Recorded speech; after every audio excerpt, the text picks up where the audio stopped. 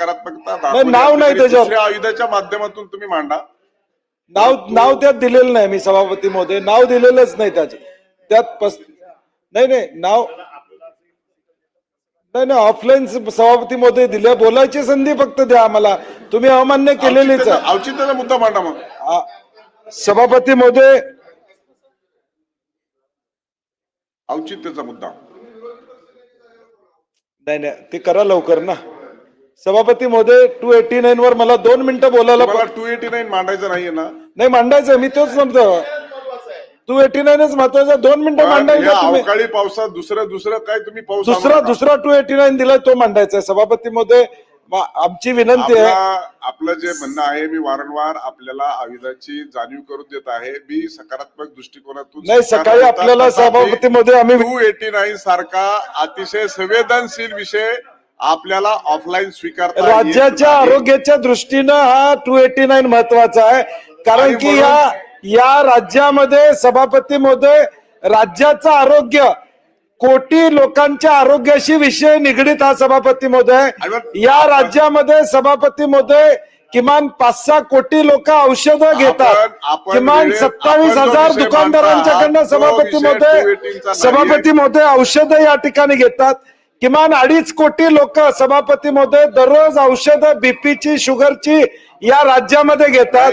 अवकाळी पावसामध्ये मध्येच कुठं मेडिकल आणि शॉपिंग आलं, हे असं जरा गोंधळ होतोय. म्हणून मी आपल्याला सांगतोय की आपण जो अवकाळी पावसाचा जो दिलेला आहे 289 त्याच्यावर आपण बोला. आणि जो काही तुम्हाला मुद्दा मांडायचा आहे तो कोणत्या आयुधाने दुसऱ्या मांडायचा तो सांगा.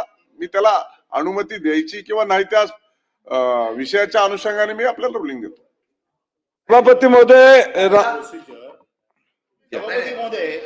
पॉइंट ऑफ प्रोसिजर आहे की आपण बरोबर सांगताय की ऑफलाईन घेणार नाही म्हणून.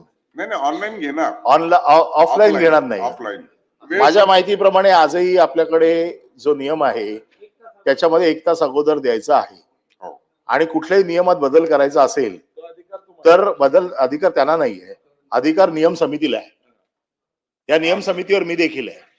गेल्या कित्येक वर्षात नियम समितीची बैठकच झालेली नाहीये. मग हा नियम बदलला कशाच्या आधारावरती?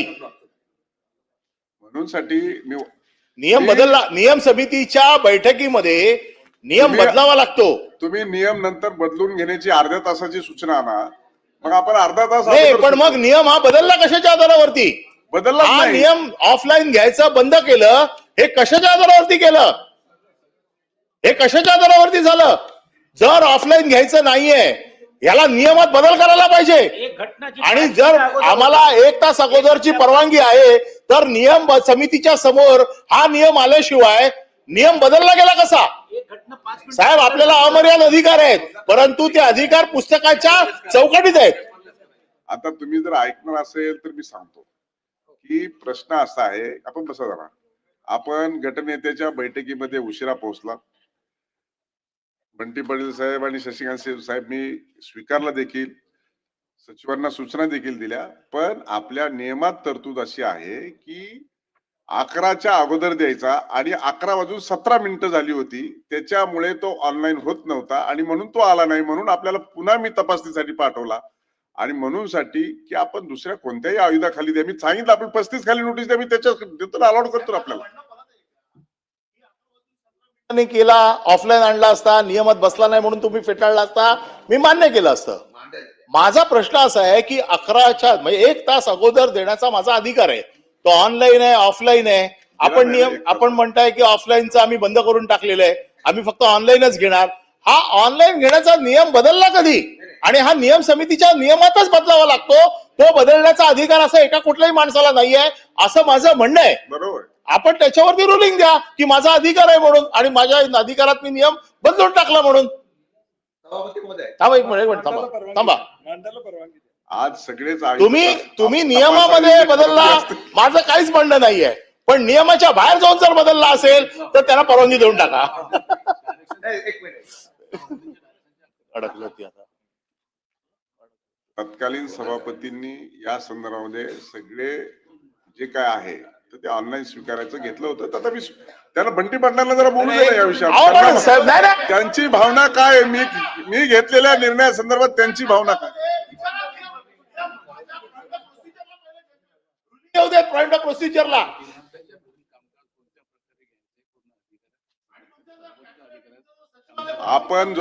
आपण जो विषय मांडणार आहे त्या विषयाचं गांभीर्य लक्षात घेता आपण व्यवस्थितरित्या एखाद्या आयुधाच्या माध्यमातून तो विषय आणावा असं माझं आपल्याला म्हणणं आहे.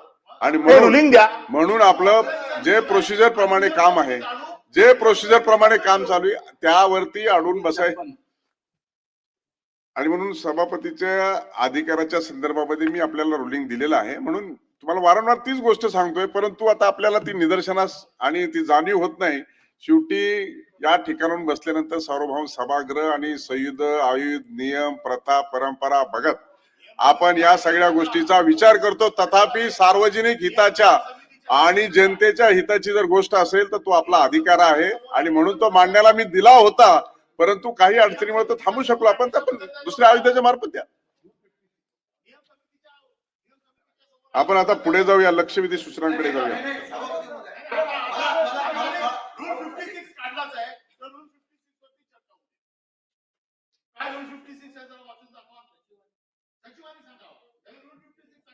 वाचा सचिव वाचा.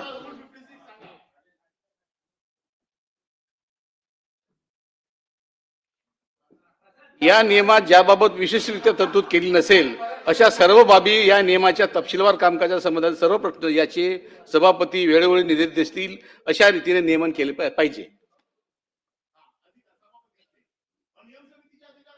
आता ते नियम समितीमध्ये डिस्कस करा तुम्ही, त्याच्यानंतर आणा आणि नंतर बोला.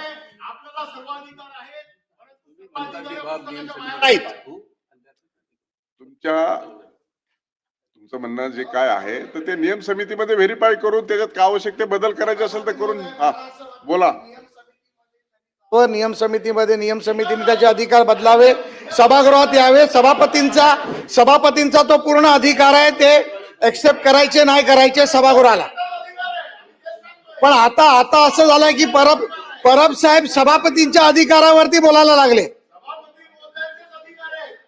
म्हणून मी माझ्या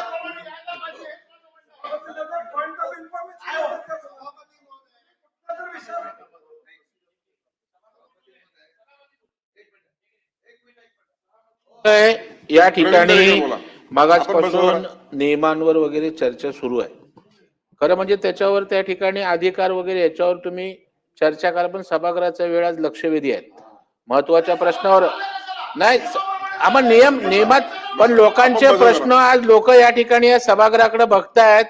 आपण या ठिकाणी अशाच प्रकारे वेळ सभागृहाचा वाया घालवणं या ठिकाणी योग्य नाहीये. वाया जातोय सभागृहाचा. तुम्ही नियम समिती आहे, नियम समितीमध्ये बोला. सभापती महोदय नियम समिती आहे, त्यांना नियमासंदर्भात जे काय म्हणणं आहे आज लक्षवेधी आहेत. मंत्री इकडे बसलेले आहेत, आम्हाला काही प्रश्न मांडायचे आहेत. सभापती महोदय कामकाज सभागृहाचं चाललं पाहिजे. अशा प्रकारे सभागृहाला वेटीस धरून जर कामकाज होणार असेल तर त्या ठिकाणी मान्य नाही. सभापती महोदय आपण सभापती महोदय सभागृहाचं कामकाज चालावं अशा प्रकारची भावना सभागृहाची त्या ठिकाणी. त्याच्यामुळे आपल्याला माझी विनंती आहे की रेग्युलर सभागृहाचं कामकाज चालवावं अशा प्रकारची विनंती आहे. आम्ही आता 1 वाजल्यापासून लक्षवेधीसाठी बसलोय. लक्षवेधी क्रमांक 1 प्रसाद लाड महोदय वितरित केल्याप्रमाणे सभापती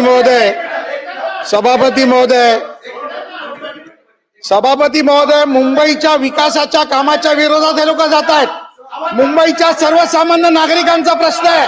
लक्षवेधीमध्ये सर्वसामान्य मच्छीमारांचा प्रश्न आहे. अशा प्रकारे मुंबईच्या गोरगरीब जनतेचे प्रश्न होऊ नये म्हणून अशा प्रकारे इकडे वाद घालतात. सभापती महोदय यांना मुंबईची काय पडली नाही. महापालिका गेली त्यामुळे आता मुंबईत काय करायचं नाही. आता महापालिका गेली मुंबईत काय करायचं नाही. सभापती महोदय परब साहेब आम्ही तुमचं फ्रस्ट्रेशन समजू शकतो. मच्छीमारांचा प्रश्न आहे माहीमच्या, आणि माहीमच्या मच्छीमारांची लक्षवेधी आहे.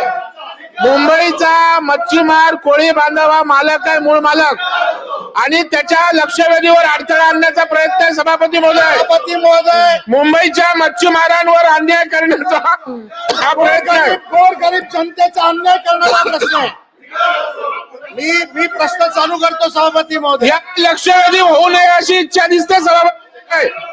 सभापती महोदय, याच्यामध्ये कोणाचा डाव आहे का बघा. याच्या मागे कोणाचा डाव आहे का. मच्छीमारांचा प्रश्न आहे. सभापती महोदय, मच्छीमारांची वसाहत याच्या मागे त्याच्या विकासाचा आहे. याच्या मागे त्याच्या मागे काहीतरी याचा हात आहे. सभापती महोदय, याच्या मागे कोण आहे याची चौकशी करा. सभापती महोदय, प्रश्नाच्या मागे कोण आहे त्याची चौकशी करा. हा गोरगरीब जनतेसाठी आम्ही लढतोय सभापती महोदय. आणि हे मध्ये पडतायत. आणि हे मध्ये येऊन त्या जनतेचं काम होणे म्हणून प्रयत्न करतायत. सभागृहाचं कामकाज 15 मिनिटांसाठी